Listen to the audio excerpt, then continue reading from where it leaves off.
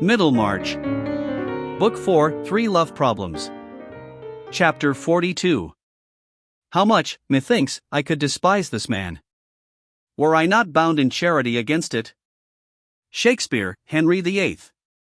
One of the professional calls made by Lydgate soon after his return from his wedding journey was to Lowick Manor, in consequence of a letter which had requested him to fix a time for his visit. Mr. Casaubon had never put any question concerning the nature of his illness to Lydgate, nor had he even to Dorothea betrayed any anxiety as to how far it might be likely to cut short his labors or his life. On this point, as on all others, he shrank from pity, and if the suspicion of being pitted for anything in his lot surmised or known in spite of himself was embittering, the idea of calling forth a show of compassion by frankly admitting an alarm or a sorrow was necessarily intolerable to him. Every proud mind knows something of this experience, and perhaps it is only to be overcome by a sense of fellowship deep enough to make all efforts at isolation seem mean and petty instead of exalting. But Mr. Casaubon was now brooding over something through which the question of his health and life haunted his silence with a more harassing importunity even than through the autumnal unripeness of his authorship. It is true that this last might be called his central ambition, but there are some kinds of authorship in which by far the largest result is the uneasy susceptibility accumulated in the consciousness of the author. One knows of the river by a few streaks amid a long-gathered deposit of uncomfortable mud. That was the way with Mr. Casaubon's hard intellectual labors. Their most characteristic result was not the key to all mythologies, but a morbid consciousness that others did not give him the place which he had not demonstrably merited, a perpetual suspicious conjecture that the views entertained of him were not to his advantage, a melancholy absence of passion in his efforts at achievement, and a passionate resistance to the confession that he had achieved nothing. Thus his intellectual ambition, which seemed to others to have absorbed and dried him, was really no security against wounds, least of all against those which came from Dorothea. And he had begun now to frame possibilities for the future which were somehow more embittering to him than anything his mind had dwelt on before. Against certain facts he was helpless, against Will Ladislaw's existence, his defiant stay in the neighborhood of Lowick, and his flippant state of mind with regard to the possessors of authentic, well-stamped erudition, against Dorothea's nature, always taking on some new shape of ardent activity, and even in submission and silence covering fervid reasons which it was an irritation to think of, against certain notions and likings which had taken possession of her mind in relation to subjects that he could not possibly discuss with her. There was no denying that Dorothea was as virtuous and lovely a young lady as he could have obtained for a wife, but a young lady turned out to be something more troublesome than he had conceived. She nursed him, she read to him, she anticipated his wants, and was solicitous about his feelings, but there had entered into the husband's mind the certainty that she judged him, and that her wifely devotedness was like a penitential expiation of unbelieving thoughts, was accompanied with a power of comparison by which himself and his doings were seen too luminously as a part of things in general. His discontent passed vapor-like through all her gentle loving manifestations, and clung to that inappreciative world which she had only brought nearer to him. Poor Mr. Casaubon! This suffering was the harder to bear because it seemed like a betrayal. The young creature who had worshipped him with perfect trust had quickly turned into the critical wife, and early instances of criticism and resentment had made an impression which no tenderness and submission afterwards could remove. To his suspicious interpretation Dorothea's silence now was a suppressed rebellion. A remark from her which he had not in any way anticipated was an assertion of conscious superiority. Her gentle answers had an irritating cautiousness in them, and when she acquiesced it was a self-approved effort of forbearance. The tenacity with which he strove to hide this inward drama made it the more vivid for him, as we hear with the more keenness what we wish others not to hear. Instead of wondering at this result of misery in Mr. Casaubon, I think it quite ordinary. Will not a tiny speck very close to our vision blot out the glory of the world, and leave only a margin by which we see the blot? I know no speck so troublesome as self. And who, if Mr. Casaubon had chosen to expound his discontents, his suspicions that he was not any longer adored without criticism, could have denied that they were founded on good reasons? On the contrary, there was a strong reason to be added, which he had not himself taken explicitly into account, namely, that he was not unmixedly adorable. He suspected this, however, as he suspected other things, without confessing it, and like the rest of us, felt how soothing it would have been to have a companion who would never find it out. This sore susceptibility in relation to Dorothea was thoroughly prepared before Will Ladislaw had returned to Lowick, and what had occurred since then had brought Mr. Casaubon's power of suspicious construction into exasperated activity. To all the facts which he knew, he added imaginary facts, both present and future, which became more real to him than those, because they called up a stronger dislike, a more predominating bitterness. Suspicion and jealousy of Władysław's intentions, suspicion and jealousy of Dorothea's impressions, were constantly at their weaving work. It would be quite unjust to him to suppose that he could have entered into any coarse misinterpretation of Dorothea. His own habits of mind and conduct, quite as much as the open elevation of her nature, saved him from any such mistake. What he was jealous of was her opinion, the sway that might be given to her ardent mind in its judgments, and the future possibilities to which these might lead her. As to Will, though until his last defiant letter he had nothing definite which he would choose formally to allege against him, he felt himself warranted in believing that he was capable of any design which could fascinate a rebellious temper and an undisciplined impulsiveness. He was quite sure that Dorothea was the cause of Will's return from Rome, and his determination to settle in the neighborhood, and he was penetrating enough to imagine that Dorothea had innocently encouraged this course. It was as clear as possible that she was ready to be attached to Will and to be pliant to his suggestions. They had never had a tête-à-tête without her bringing away from it some new troublesome impression, and the last interview that Mr. Casaubon was aware of, Dorothea, on returning from Freshitt Hall, had for the first time been silent about having seen Will, had led to a scene which roused an angrier feeling against them both than he had ever known before. Dorothea's outpouring of her notions about money, in the darkness of the night, had done nothing but bring a mixture of more odious foreboding into her husband's mind. And there was the shock lately given to his health always sadly present with him. He was certainly much revived, he had recovered all his usual power of work, the illness might have been mere fatigue, and there might still be 20 years of achievement before him, which would justify the 30 years of preparation. That prospect was made the sweeter by a flavor of vengeance against the hasty sneers of Carp & Company, for even when Mr. Casaubon was carrying his taper among the tombs of the past, those modern figures came athwart the dim light, and interrupted his diligent exploration. To convince Carp of his mistake, so that he would have to eat his own words with a good deal of indigestion, would be an agreeable accident of triumphant authorship, which the prospect of living to future ages on earth and to all eternity in heaven could not exclude from contemplation. Since, thus, the prevision of his own unending bliss could not nullify the bitter savors of irritated jealousy and vindictiveness, it is the less surprising that the probability of a transient earthly bliss for other persons, when he himself should have entered into glory, had not a potently sweetening effect.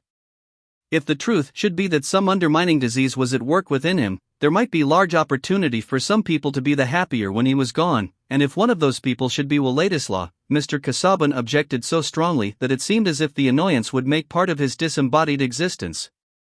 This is a very bare and therefore a very incomplete way of putting the case.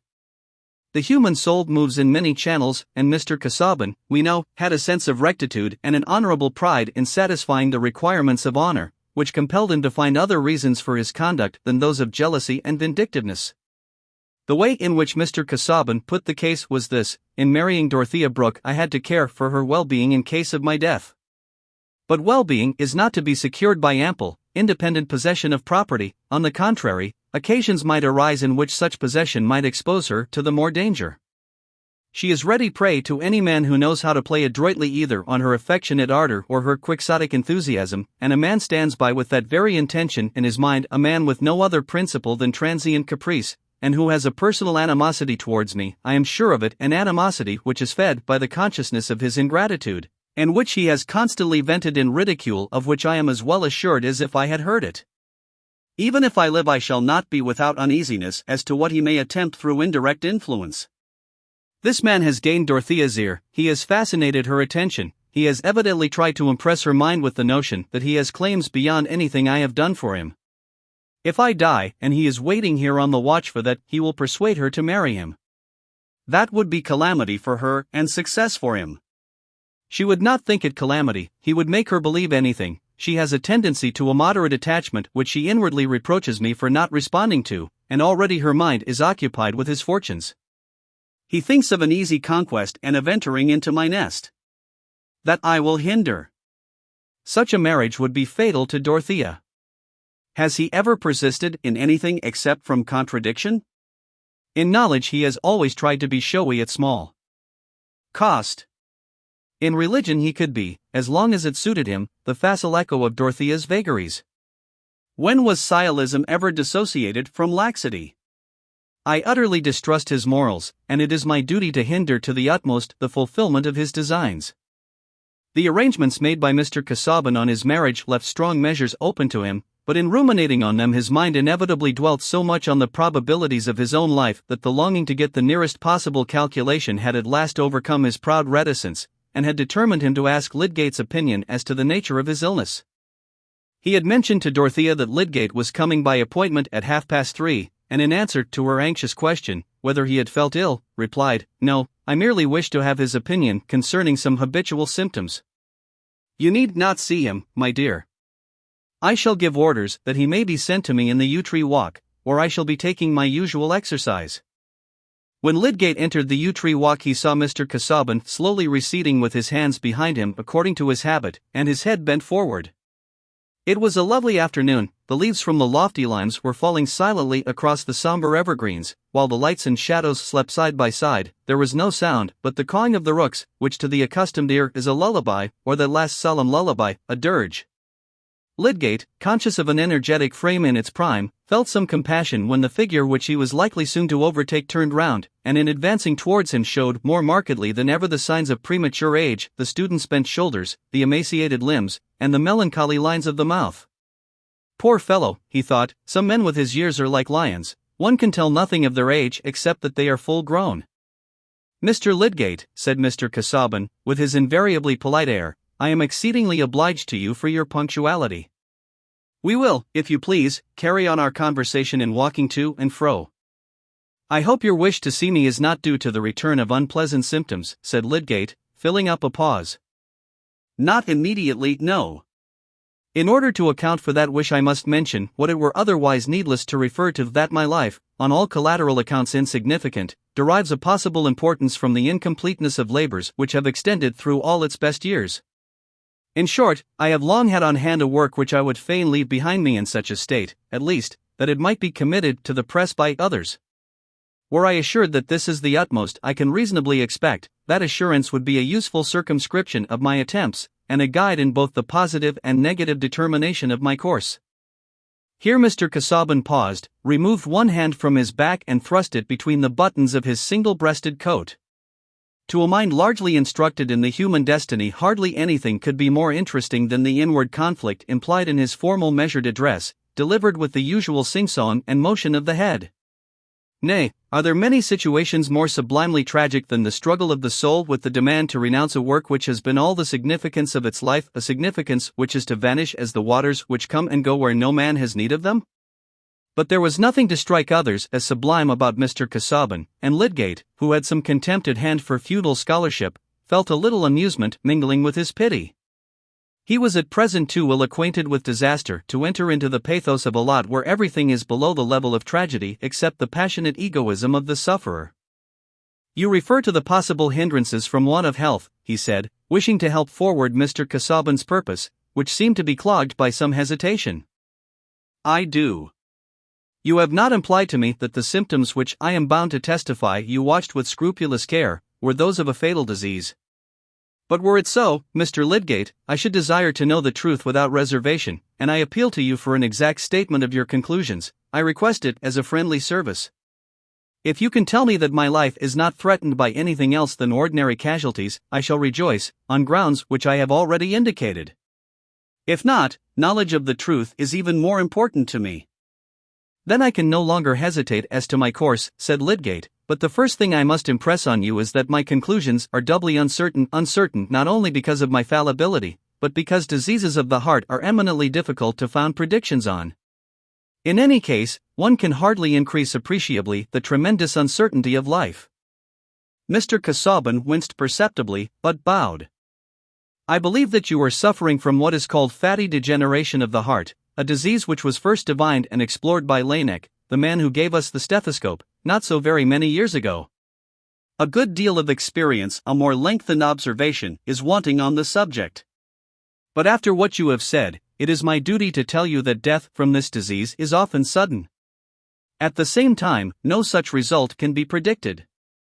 Your condition may be consistent with a tolerably comfortable life for another 15 years, or even more. I could add no information to this beyond anatomical or medical details, which would leave expectation at precisely the same point. Lydgate's instinct was fine enough to tell him that plain speech, quite free from ostentatious caution, would be felt by Mr. Casaubon as a tribute of respect. "I thank you, Mr. Lydgate," said Mr. Casaubon, after a moment's pause. "One thing more I have still to ask. Did you communicate what you have now told me to Mrs. Casaubon?" "Partly, I mean, as to the possible issues." Lydgate was going to explain why he had told Dorothea, but Mr. Casaubon, with an unmistakable desire to end the conversation, waved his hand slightly, and said again, "I thank you," proceeding to remark on the rare beauty of the day. Lydgate, certain that his patient wished to be alone, soon left him, and the black figure with hands behind and head bent forward continued to pace the walk where the dark yew trees gave him a mute companionship in melancholy, and the little shadows of bird or leaf that fleeted across the aisles of sunlight stole along in silence as in the presence of a sorrow. Here was a man who now for the first time found himself looking into the eyes of death, who was passing through one of those rare moments of experience when we feel the truth of a commonplace, which is as different from what we call knowing it, as the vision of waters upon the earth is different from the delirious vision of the water which cannot be had to cool the burning tongue. When the commonplace "we must all die" transforms itself suddenly into the acute consciousness "I must die, and soon," then death grapples us, and his fingers are cruel. Afterwards, he may come to fold us in his arms as our mother did, and our last moment of dim earthly discerning may be like the first. To Mr. Casaubon now, it was as if he suddenly found himself on the dark river brink and heard the plash of the oncoming or, not discerning the forms, but expecting the summons. In such an hour the mind does not change its lifelong bias, but carries it onward in imagination to the other side of death, gazing backward, perhaps with the divine calm of beneficence, perhaps with the petty anxieties of self-assertion. What was Mr. Casaubon's bias? His acts will give us a clue to. He held himself to be, with some private scholarly reservations, a believing Christian, as to estimates of the present and hopes of the future. But what we strive to gratify, though we may call it a distant hope, is an immediate desire. The future estate for which men drudge up city alleys exists already in their imagination and love. And Mr. Casaubon's immediate desire was not for divine communion and light divested of earthly conditions, his passionate longings. Poor man, clung low and mist-like in very shady places. Dorothea had been aware when Lydgate had ridden away, and she had stepped into the garden, with the impulse to go at once to her husband. But she hesitated, fearing to offend him by obtruding herself, for her ardor, continually repulsed, served, with her intense memory, to heighten her dread, as thwarted energy subsides into a shudder, and she wandered slowly round the nearer clumps of trees until she saw him advancing. Then she went towards him, and might have represented a heaven-sent angel coming with a promise that the short hours remaining should yet be filled with that faithful love which clings the closer to a comprehended grief. His glance in reply to hers was so chill that she felt her timidity increased, yet she turned and passed her hand through his arm. Mr. Casaubon kept his hands behind him and allowed her pliant arm to cling with difficulty against his rigid arm. There was something horrible to Dorothea in the sensation which this unresponsive hardness inflicted on her. That is a strong word, but not too strong. It is in these acts called trivialities that the seeds of joy are forever wasted, until men and women look round with haggard faces at the devastation their own waste has made, and say, "The earth bears no harvest of sweetness," calling their denial knowledge. You may ask why, in the name of manliness, Mr. Casaubon should have behaved in that way. Consider that his was a mind which shrank from pity. Have you ever watched in such a mind the effect of a suspicion that what is pressing it as a grief may be really a source of contentment, either actual or future, to the being who already offends by pitying? Besides, he knew little of Dorothea's sensations, and had not reflected that on such an occasion as the present they were comparable in strength to his own sensibilities about Carp's criticisms. Dorothea did not withdraw her arm, but she could not venture to speak. Mr. Casaubon did not say, "I wish to be alone," but he directed his steps in silence towards the house, and as they entered by the glass door on this eastern side, Dorothea withdrew her arm and lingered on the matting, that she might leave her husband quite free. He entered the library and shut himself in, alone with his sorrow. She went up to her boudoir. The open bow window let in the serene glory of the afternoon lying in the avenue, where the lime trees cast long shadows. But Dorothea knew nothing of the scene. She threw herself on a chair, not heeding that she was in the dazzling sunrays. If there were discomfort in that, how could she tell that it was not part of her inward misery? She was in the reaction of a rebellious anger stronger than any she had felt since her marriage. Instead of tears there came words. What have I done, what am I, that he should treat me so? He never knows what is in my mind, he never cares. What is the use of anything I do? He wishes he had never married me. She began to hear herself, and was checked into stillness. Like one who has lost his way and is weary, she sat and saw as in one glance all the paths of her young hope which she should never find again. And just as clearly in the miserable light she saw her own and her husband's solitude, how they walked apart so that she was obliged to survey him. If he had drawn her towards him, she would never have surveyed him, never have said, "Is he worth living for?" but would have felt him simply a part of her own life. Now she said bitterly, "It is his fault, not mine." In the jar of her whole being, pity was overthrown. Was it her fault that she had believed in him, had believed in his worthiness, and what, exactly, was he? She was able enough to estimate him, she who waited on his glances with trembling, and shut her best soul in prison, paying it only hidden visits, that she might be petty enough to please him. In such a crisis as this, some women begin to hate. The sun was low when Dorothea was thinking that she would not go down again, but would send a message to her husband saying that she was not well and preferred remaining upstairs. She had never deliberately allowed her resentment to govern her in this way before, but she believed now that she could not see him again without telling him the truth about her feeling, and she must wait till she could do it without interruption. He might wonder and be hurt at her message. It was good that he should wonder and be hurt. Her anger said, as anger is apt to say, that God was with her, that all heaven, though it were crowded with spirits watching them, must be on her side. She had determined to ring her bell, when there came a rap at the door. Mr. Casaubon had sent to say that he would have his dinner in the library. He wished to be quite alone this evening, being much occupied. "I shall not dine, then, Tantrip." "Oh, madam, let me bring you a little something?" "No, I am not well." "Get everything ready in my dressing room, but pray do not disturb me again." Dorothea sat almost motionless in her meditative struggle, while the evening slowly deepened into night. But the struggle changed continually, as that of a man who begins with a movement towards striking and ends with conquering his desire to strike. The energy that would animate a crime is not more than is wanted to inspire a resolved submission, when the noble habit of the soul reasserts itself. That thought with which Dorothea had gone out to meet her husband, her conviction that he had been asking about the possible arrest of all his work, and that the answer must have wrung his heart, could not be long without rising beside the image of him, like a shadowy monitor looking at her anger with sad remonstrance.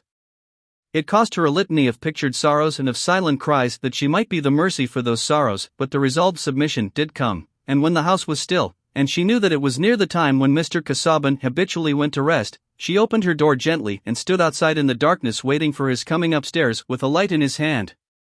If he did not come soon, she thought that she would go down and even risk incurring another pang. She would never again expect anything else. But she did hear the library door open, and slowly the light advanced up the staircase without noise from the footsteps on the carpet. When her husband stood opposite to her, she saw that his face was more haggard. He started slightly on seeing her, and she looked up at him beseechingly, without speaking. "Dorothea," he said, with a gentle surprise in his tone. "Were you waiting for me?" "Yes, I did not like to disturb you." "Come, my dear, come.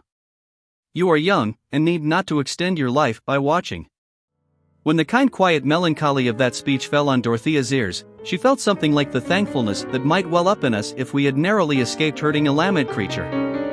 She put her hand into her husband's, and they went along the broad corridor together.